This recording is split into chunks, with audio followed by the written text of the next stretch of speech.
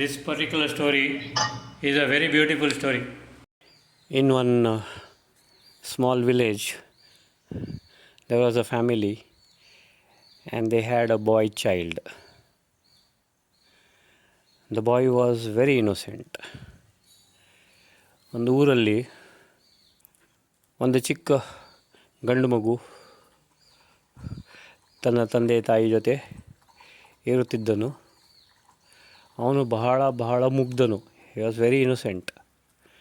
As he was growing, his parents noticed that he was very innocent. ಅವನು ದೊಡ್ಡವನಾಗ್ತಾ ಅವರ ತಂದೆ ತಾಯಿಗಳಿಗೆ ಗೊತ್ತಾಯಿತು ಇವನು ತುಂಬ ಮುಗ್ಧ, ತುಂಬ ಇನ್ನೋಸೆಂಟ್ ಅಂತ. So people were taking advantage of him, everyone was taking advantage of him, even his siblings were taking advantage of him.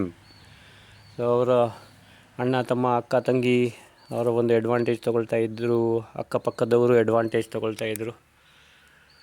So ಇವರಿಗೆ ಬಹಳ ಚಿಂತೆ ಆಯಿತು. ಒಳ್ಳೆಯ ಹುಡುಗ, ಹೇಳಿದ ಮಾತನ್ನು ಕೇಳುವಂಥ ಹುಡುಗ, ಆದರೆ ತುಂಬ ಮುಗ್ಧ, ತುಂಬ ಇನ್ನೋಸೆಂಟ್. ಅವನಿಗೆ ಒಂದೇ ಒಂದು ಆಸೆ ಇದ್ದಿದ್ದಂದರೆ ಹೊಟ್ಟೆ ಹಸಿವು ತಡಿಲಿಕ್ಕೆ ಆಗೋಲ್ಲ, ಆತನಿಗೆ ಊಟ ಮಾಡಬೇಕು, ತಿಂಡಿ ತಿನ್ನಬೇಕು. ಅದು ಅವನ ಒಂದು ಇಚ್ಛೆ ಇತ್ತು, ಅಭ್ಯಾಸ ಇತ್ತು. ಸೊ ಇವರು ನಿರ್ಧಾರ ಮಾಡಿದ್ರು, ಪೇರೆಂಟ್ಸ್ ಅಂದರೆ ತಂದೆ ತಾಯಿಗಳು ನಿರ್ಧಾರ ಮಾಡಿದರು ಇವನನ್ನು ಯಾವುದಾದ್ರೂ ಆಶ್ರಮಕ್ಕೆ ಸೇರಿಸುವ ಅಂತ. So they took him to an ashram because he had only one intention, one desire of only eating whenever he was hungry, and he was not able to control his hunger. So ಆಶ್ರಮಕ್ಕೆ ಕರೆದುಕೊಂಡು ಹೋಗಿ ಆಶ್ರಮದ ಗುರುಗಳಿಗೆ ಅವರನ್ನು ಒಪ್ಪಿಸಿದರು ಮತ್ತು ಹೇಳಿದರು ಆತನಿಗೆ ಹೊಟ್ಟೆ ಹಸಿವು ತಡೀಲಿಕ್ಕಾಗೋದಿಲ್ಲ, ಮತ್ತು ಆತ ಹೇಳಿದ ಕೆಲಸವನ್ನು ಮಾಡ್ತಾನೆ, ತುಂಬ ಒಬಿಡಿಯಂಟು ಅಂತ ಹೇಳಿದರು. Is obedient, he will do any work, but please take care of him and let him live in this ashram. So that is what they requested the head of the ashram. ಆ ಮಹಾಮುನಿಗಳಿಗೆ ಅವರನ್ನು ಒಪ್ಪಿಸಿ ತಮ್ಮ ಮನೆಗೆ ಮತ್ತೆ ತೆರಳಿದರು ಆ ಮುಗ್ಧ ಬಾಲಕನ ತಂದೆ ತಾಯಿಗಳು. This boy was very innocent, and the only thing is he was so obedient that any work given by the Guruji, by the master, he was performing it. Any task given to him, he would do it with utmost involvement and interest. But he was not able to control his hunger. So whenever he felt hungry, he would go to the kitchen or the dining and eat something or the other. So ಅವನ ಒಂದು ಅಭ್ಯಾಸ, ಹೊಟ್ಟೆ ಹಸಿದಾಗ ಏನಾದರೂ ತಿನ್ನಬೇಕು, ಬಚ್ಚಲ ಮನೆಗೆ, ಕಿಚನಿಗೆ ಹೋಗಿ ಅಥವಾ dining ರೂಮಿಗೆ ಹೋಗಿ ಏನಾದರೂ ತಿಂತಾ ಇದ್ದ ಆತ. ಆದರೆ ಹೇಳಿದ ಕೆಲಸವನ್ನು ಸರಿಯಾದ ರೀತಿಯಲ್ಲಿ ಮಾಡುತ್ತಿದ್ದ, ನಿರ್ವಹಿಸುತ್ತಿದ್ದ. ಸೊ ಹೀಗೆ ಆದಾಗ ಏಕಾದಶಿ ಬಂತು. ಏಕಾದಶಿಯಲ್ಲಿ that kitchen is closed. Ekadashi ದಿವಸ ಕಿಚನ್ ಕ್ಲೋಸ್ ಆಗಿತ್ತು. ಕಿಚನಲ್ಲಿ ಏನೂ ಅಡುಗೆ ಸಾಮಾನು ಇರುತ್ತಿರಲಿಲ್ಲ, ಏನು ಅಡುಗೆನೂ ಆಗುತ್ತಿರಲಿಲ್ಲ. So there would not be any cooking on Ekadashi day. This boy felt hungry. ಈ ಮುಗ್ಧ ಬಾಲಕನಿಗೆ ತುಂಬ ಹೊಟ್ಟೆ ಹಸಿವಾಯಿತು. ಕಿಚನಿಗೆ ಹೋದ, ಏನೂ ಸಿಗಲಿಲ್ಲ. ಡೈನಿಂಗಿಗೆ ಹೋದ, ಏನೂ ಸಿಗಲಿಲ್ಲ. ಗುರುಗಳ ಹತ್ರ ಬಂದು, ಗುರುಗಳೇ ತುಂಬ ಹೊಟ್ಟೆ ಹಸಿತಾ ಇದೆ, ಏನು ಮಾಡುವುದು? ಸೊ ಗುರುಗಳು ಹೇಳಿದ್ರು, ಬಾಪ ಸ್ಟೋರ್ ರೂಮಿಗೆ ಬಾ ಅಂತ ಕಿಚನ್ ಸ್ಟೋರಿಗೆ ಕರ್ಕೊಂಡು ಹೋದರು. ಕಿಚನ್ ಸ್ಟೋರಿನ ಬೀಗದ ಕೈ ಗುರುಗಳ ಹತ್ರ ಇತ್ತು. ಗುರುಗಳು ಆ ಸ್ಟೋರಿನ ಬಾಗಿಲನ್ನು, ಕಿಚನ್ ಸ್ಟೋರ್ ಅದರ ಬಾಗಿಲನ್ನು ತೆಗೆದು ಒಳಗಡೆ ಹೋಗಿ ಅವನಿಗೆ ಅಡುಗೆ ಮಾಡುವಂಥ ಸಾಮಾನನ್ನು ಕೊಟ್ಟರು. ಇಬ್ಬರಿಗೆ ಅಡುಗೆ ಮಾಡುವಂಥ ಅಕ್ಕಿ, ಬೇಳೆ, ತರಕಾರಿ ಅದೆಲ್ಲ ಕೊಟ್ಟರು. ಏನೇನು ಪದಾರ್ಥ ಬೇಕು ಅಡುಗೆ ಮಾಡಲಿಕ್ಕೆ ಅದನ್ನು ಕೊಟ್ಟರು. ಮತ್ತು ಅವನಿಗೆ ಹೇಳಿದರು, ಇಲ್ಲಿ ಹತ್ತಿರದಲ್ಲಿ ಒಂದು ನದಿ ಇದೆ, ಆ್ಯಂಡ್ ಆ ನದಿಯ ತೀರದಲ್ಲಿ ಅಲ್ಲಿ ಹಲಿಗೆ ತುಂಡುಗಳನ್ನು ತೆಗೆದುಕೊಂಡು ಒಂದು ಚಿಕ್ಕ ಒಲೆ ಥರ ಮಾಡಿ ಅಡಿಗೆಯನ್ನು ಮಾಡು ಅಂತ ಹೇಳಿದ್ರು. ಆದರೆ ಇಬ್ಬರಿಗೆ ಅಡಿಗೆಯನ್ನು ಮಾಡು ಅಂತ ಹೇಳಿದ್ರು. So on the banks of the river which is close by, you will get some twigs and some tree pieces, some branches. So you prepare or rather cook food for 2 members. So ಇಬ್ಬರಿಗೆ ಆಗುವಷ್ಟು ಅವರು ಪದಾರ್ಥಗಳನ್ನು ಕೊಟ್ಟರು. The materials that was supplied to him was enough for 2 people. The Guruji had given him one condition. So after cooking, he is supposed to call Sri Rama and both of them should have lunch together. So ಅವರಿಗೆ ಹೇಳಿದರು, ನೀನು ಅಡುಗೆ ಆದ ನಂತರ ಬಾಳೆ ಎಲೆಯಲ್ಲಿ ಬಡಿಸಿಕೊಂಡು ನಿನಗೆ ಒಂದು ಮತ್ತು ಇನ್ನೊಂದು ಬಾಳೆ ಎಲೆಯಲ್ಲಿ ಮಾಡಿದ ಅಡುಗೆಯನ್ನು ಬಡಿಸಿ ಶ್ರೀರಾಮನನ್ನು ಕರಿಬೇಕು. ಸೊ ಇಬ್ಬರು ಒಟ್ಟಿಗೆ ಊಟ ಮಾಡಿ ಅಂತ ಹೇಳಿ ಕಳಿಸಿದರು. ಸೊ ಆಗ ಈತ ಆ ನದಿ ತೀರಕ್ಕೆ ಹೋಗಿ ಅಡುಗೆಯನ್ನು ಮಾಡಿ 2 ಬಾಳೆಯ ಎಲೆಯನ್ನು ಇಟ್ಟು ಅದರಲ್ಲಿ ಬಡಿಸಿ ಶ್ರೀರಾಮನಿಗೆ ಕರೆದ. He invited Shri Rama. So he did know who Shri Rama is. Shri Rama ಯಾರು ಅಂತ ಗೊತ್ತಿಲ್ಲ. ರಾಮನಿಗೆ ಕರಿ, ರಾಮನಿಗೆ ಊಟ ಹಾಕು, ನೀನು ಅವ್ರ ಜೊತೆ ಊಟ ಮಾಡು ಅಂತ ಹೇಳಿದ್ರು. ಒಮ್ಮೆ ಕರೆದ, ರಾಮ ಬಾಪ ಊಟಕ್ಕೆ, ಹೊಟ್ಟೆ ಹಸಿತಾ ಇದೆ ಅಂತ. So there was no reply. He called Rama and Rama didn't turn up. Again he screamed, Rama, please come, I am feeling very hungry. Rama ಬೇಗನೆ ಬಾಪ, ಹೊಟ್ಟೆ ಹಸಿತಾ ಇದೆ ಅಂತ ಕರೆದರು. The innocent boy was growing impatient. He was feeling hungry also. He requested Rama, please come. ಆ ಮುಗ್ಧ ಬಾಲಕ ಶ್ರೀರಾಮನಿಗೆ ಅಂಗಲಾಚಿದ, ಬಾಪ ತುಂಬ ಹೊಟ್ಟೆ ಹಸಿತಾ ಇದೆ, ಬಾಪ ಊಟ ಮಾಡು ಅಂತ. And suddenly Shri Rama appeared from nowhere. He came walking from deep within the woods along with his consort, along with his wife Sita. Shri Rama ಒಬ್ಬನೇ ಬರಲಿಲ್ಲ, ರಾಮನ ಹೆಂಡತಿ, ರಾಮನ ಭಾರ್ಯೆಯಾದ ಸೀತೆಯ ಜೊತೆಗೆ ರಾಮನು ಬಂದನು. ಈತನು ಇಬ್ಬರಿಗೆ ಅಡಿಗೆ ಮಾಡಿದ್ದ, ತನಗೆ ಮತ್ತು ಶ್ರೀರಾಮನಿಗೆ. ಈಗ ರಾಮ ಮತ್ತು ರಾಮನ ಭಾರ್ಯೆ ಬಂದದ್ದರಿಂದ ಆ 2 ಬಾಳೆ ಎಲೆಯಲ್ಲಿರ್ತಕ್ಕಂಥ ಊಟವನ್ನು ಶ್ರೀರಾಮನ ಭಾರ್ಯೆಗೆ ಅರ್ಪಣೆ ಮಾಡಿದ್ದ. ಮತ್ತು ಆತನಿಗೆ ಊಟ ಇಲ್ಲ ಅವತ್ತು. ಮತ್ತೆ ಬಂದು ಸಂಜೆ ಗುರುಗಳ ಹತ್ರ ಆಗಿದ್ದನ್ನು ಎಲ್ಲ ಹೇಳಿದ. So he could not have his lunch because he had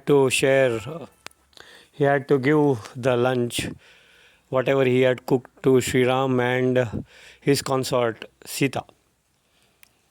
So they had their lunch, the sumptuous lunch, and they left. This innocent boy came back to the ashram and informed the Guruji that Sri Ram did not come alone, he came along with his wife and so he had to go without food.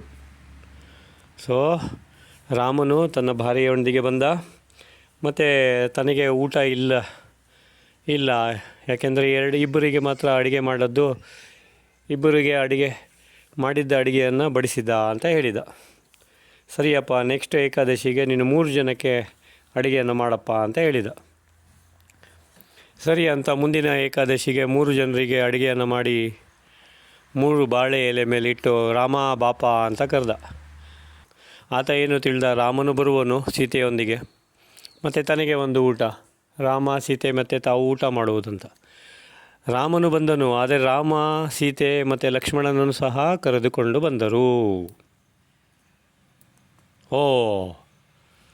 ಈಗೇನು ಮಾಡುವುದು? ರಾಮನು ಬಂದನು, ಸೀತೆಯೂ ಬಂದರು, ಲಕ್ಷ್ಮಣನು ಬಂದರು. 3 ಜನರಿಗೆ ಅಡುಗೆ ಮಾಡಿದ್ದಾನೆ.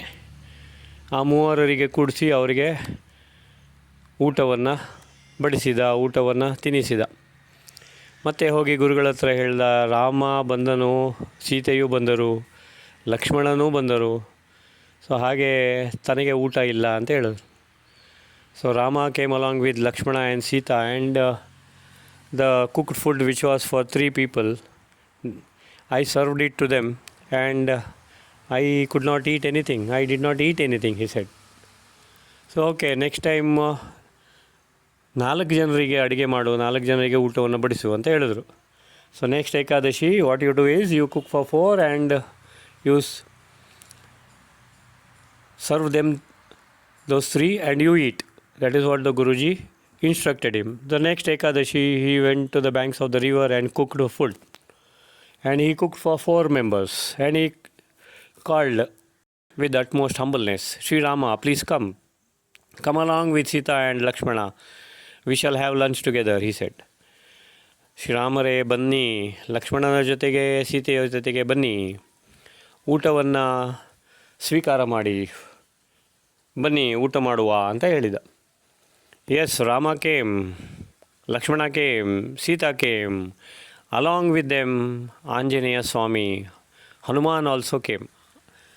ರಾಮ, ಸೀತೆ, ಲಕ್ಷ್ಮಣ ಮತ್ತು ಆಂಜನೇಯನು ಸಹ ಬಂದರು. ಈಗ 4 ಜನರಿಗೆ ಅಡುಗೆ ಮಾಡಿದ್ದಾನೆ, 4 ಜನರಿಗೆ ಊಟವನ್ನು ಆತ ಬಡಿಸಿದ. ಮತ್ತೆ ಪುನಃ ಹೋಗಿ ಗುರುಗಳಿಗೆ ಹೇಳಿದ, ಸಂಜೆ ವರದಿಯನ್ನು ಒಪ್ಪಿಸಿದ ಆತ. So he informed the Guruji that today also he could not eat anything because Sri Ram did not come alone. He came along with Sita, Lakshmana and with Anjaneya also. So I served for all those 4 and I had no food to eat. So that is what he told. ಆಗ ಗುರುಗಳು ಹೇಳ್ತಾರೆ, ಮುಂದಿನ ಏಕಾದಶಿಗೆ ನೀನು 5 ಜನರಿಗೆ ಊಟವನ್ನು ತೆಗೆದುಕೊಂಡು ಹೋಗಪ್ಪ, 5 ಜನರಿಗೆ ಅಡುಗೆಯನ್ನು ಮಾಡು. ಆಗ ಆ 4 ಬರುವವರು, ನೀನೊಬ್ಬ 5ನೇವನು ಊಟ ಮಾಡಿ ಅಂತ ಹೇಳ್ತಾರೆ. ಸೊ ಅವನಿಗೆ ಹೇಳಿ ಕಳಿಸಿ ಗುರುಗಳಿಗೆ ಡೌಟ್ ಆಗುತ್ತೆ, ಈತ ಸುಳ್ಳು ಹೇಳ್ತಾ ಇದ್ದಾನಾ, 4 ಜನರ ಊಟ ಈತನೇ ಮಾಡ್ತಾ ಇದ್ದಾನಾ, ಈಗ 5 ಜನರಿಗೆ ಅಡುಗೆಯನ್ನು ಕಳಿಸಿದ್ದೀನಿ, 5 ಜನರ ಊಟವನ್ನು ಇವನೊಬ್ಬನೇ ಮಾಡುತ್ತಾನಾ, ನೋಡುವ ಇವನ ಹಿಂದೆ ಹೋಗಿ ಅಂತ. ಸ್ವಲ್ಪ ಹೊತ್ತಾದ ನಂತರ ಅವರು ಈ ಮುಗ್ಧ ಬಾಲಕನ ಹಿಂದೆ ಹೋಗ್ತಾರೆ. So the Guruji gets a doubt weather this innocent boy is eating food of all the 4 and he is lying. So this time he has given him materials for cooking for 5 people. So the Guruji thinks, let me go behind him and check upon what he is actually doing. So ಗುರುಗಳು ಒಂದು ಮರದ ಹಿಂದೆ ನಿಂತು ಇವನಿಗೆ observe ಮಾಡ್ತಾ ಇರ್ತಾರೆ. he will be observing this boy. This boy cooks for 5 people and he has already taken 5 plantain leaves. So he serves food on all the 5 plantain leaves. 5 ಬಾಳೆ ಎಲೆ ಮೇಲೆ ಭೋಜನವನ್ನು ಬಡಿಸುತ್ತಾನೆ. ಮತ್ತು ಕೈ ಮುಗಿದುಕೊಂಡು, ರಾಮ ಬಾಪ ಊಟಕ್ಕೆ ಅಂತ ಕರೀತಾನೆ. ನಾವು Rama immediately appears along with Sita, along with Lakshmana, along with Anjaneya Swamy. ನಾವು he comes along with Bharata also. ರಾಮನು ಒಬ್ಬನೇ ಬರುವುದಿಲ್ಲ, ಸೀತೆಯ ಜೊತೆಗೆ, ಲಕ್ಷ್ಮಣನ ಜೊತೆಗೆ, ಆಂಜನೇಯನ ಜೊತೆಗೆ ಈ ಬಾರಿ ಭರತನನ್ನೂ ಕರೆದುಕೊಂಡು ಬಂದಿದ್ದಾನೆ ಶ್ರೀರಾಮ.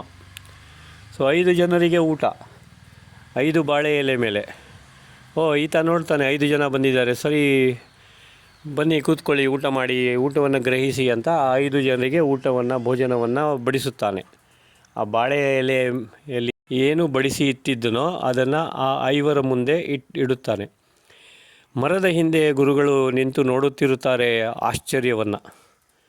ಆ ಮುಗ್ಧ ಬಾಲಕ ನಿಜವನ್ನೇ ಹೇಳುತ್ತಿದ್ದ. That innocent boy was telling the truth. He was not eating, but he was really serving Sri Rama. So he feels very happy and he goes in front of Sri Rama, who by then will be having his lunch, and he prostrates in front of Sri Rama. ರಾಮನ ಮುಂದೆ ಹೋಗುತ್ತಾನೆ, ನಿಲ್ಲುತ್ತಾನೆ. ರಾಮ, ಲಕ್ಷ್ಮಣ, ಸೀತೆ, ಭರತ, ಆಂಜನೇಯ ಊಟ ಮಾಡುತ್ತಿರುತ್ತಾರೆ. ಅವರ ಮುಂದೆ ನಿಂತು ಕೈ ಮುಗಿದು ಅವರಿಗೆ ಸಂಪೂರ್ಣನಾಗಿ ಶರಣಾಗತಿಯಾಗಿ ಅವರ ಕಾಲಿಗೆ ಬೀಳುತ್ತಾನೆ. ಉದ್ದಂಡ ನಮಸ್ಕಾರವನ್ನು ಮಾಡುತ್ತಾನೆ. ಆಹಾ, ನನ್ನ ಶಿಷ್ಯನಿಂದ ನನಗೆ ನಿಮ್ಮ ದರ್ಶನವಾಯಿತು ಅಂತ ಆ ಶಿಷ್ಯನಿಗೆ ಗಟ್ಟಿಯಾಗಿ ಅಪ್ಪಿಕೊಳ್ಳುತ್ತಾರೆ. He hugs that boy because of this child, because of this innocent child, he was able to see Sri Rama along with the entire family, along with Sri Rama's entire family. He was meditating on Sri Rama for so many years, but he could not get his darshan. But because of this innocent boy who was so humble, and because of his innocence, Sri Rama presented himself, and he was having the lunch which was cooked by this innocent boy. So such was the greatness. So yes, it goes without saying that we have to be innocent and we have to be humble. So ನಾವು ಇನ್ನೋಸೆಂಟಾಗಿರಬೇಕು, ಮುಗ್ಧರಾಗಿರಬೇಕು, ಮತ್ತು ಭಕ್ತಿ ನಮ್ಮಲ್ಲಿ ಜಾಸ್ತಿ ಇರಬೇಕು, ಶ್ರೀರಾಮನನ್ನು ಒಲಿಸುವ ಹಾಗೆ. ಅಥವಾ ನೀವು ಯಾವ ದೇವಿ ದೇವತೆಯ ಮೇಲೆ ನಿಮ್ಮ ನಂಬಿಕೆಯನ್ನು, ನಿಷ್ಠೆಯನ್ನು ಇಟ್ಟಿದ್ದೀರಾ, ಅವರ ಮೇಲೆ ಸಂಪೂರ್ಣವಾದ ಭರವಸೆ, ಸಂಪೂರ್ಣವಾದ ನಂಬಿಕೆ ಇಟ್ಟು ಹಂಬಲ್ಲಾಗಿ, ನಿರಹಂಕಾರಿಯಾಗಿ ಅವರನ್ನು ಪೂಜಿಸಿ, ನಿಮ್ಮನ್ನು ನೀವು ಸಂಪೂರ್ಣವಾದ ಸಮರ್ಪಣೆಯನ್ನು, ಸಂಪೂರ್ಣವಾದ ಸರೆಂಡರೆನ್ಸನ್ನು ಆ ದೇವಿ ದೇವತೆಗೆ ಅಥವಾ ಪರಮಾತ್ಮನಿಗೆ ಸಂಪೂರ್ಣವಾಗಿ ಶರಣಾಗಿ. ಹೀಗೆ ಆದಾಗ ಖಂಡಿತವಾಗಲೂ ಪರಮಾತ್ಮನ ಅನುಗ್ರಹ ನಿಮ್ಮ ಮೇಲೆ ಇರುತ್ತೆ. God's grace will always be there on those who are very humble and those who do not grumble. So be humble and don't grumble. Have humility. When you have that humility within you, yes, God will present himself right in front of you. There is no doubt about it that his blessings, his ಆಶೀರ್ವಾದ will be on you always. ಭಗವಂತನ ಆಶೀರ್ವಾದ ಬೇಕು ಅಂತಂದರೆ ಹಂಬಲ್ಲಾಗಿ, ನಿರಹಂಕಾರಿಯಾಗಿ, ಈಗೋಲೆಸ್ ಆಗಿ ಆತನಿಗೆ ಶರಣಾಗಿ ಆ ಭಗವಂತ, ಆ ಪರಮಾತ್ಮ ಖಂಡಿತವಾಗಲೂ ನಿಮ್ಮನ್ನು ಮೆಚ್ಚಿ ಆತನ ಆಶೀರ್ವಾದವು ನಿಮ್ಮ ಮೇಲೆ ಸದಾ ಇರುತ್ತದೆ. Okay, so this was the story and this is a beautiful story and I opener for us. ನಮಗೆಲ್ಲ ಇದು ಕಣ್ಣನ್ನು ತೆರೆಸುವಂತಹ ಒಂದು ಕತೆ. ಇದು ನಮ್ಮೆಲ್ಲರಿಗೂ ಕಣ್ಣನ್ನು ತೆರೆಸುವಂತಹ ಕತೆ ಇದು. Okay, thank you. God bless you all.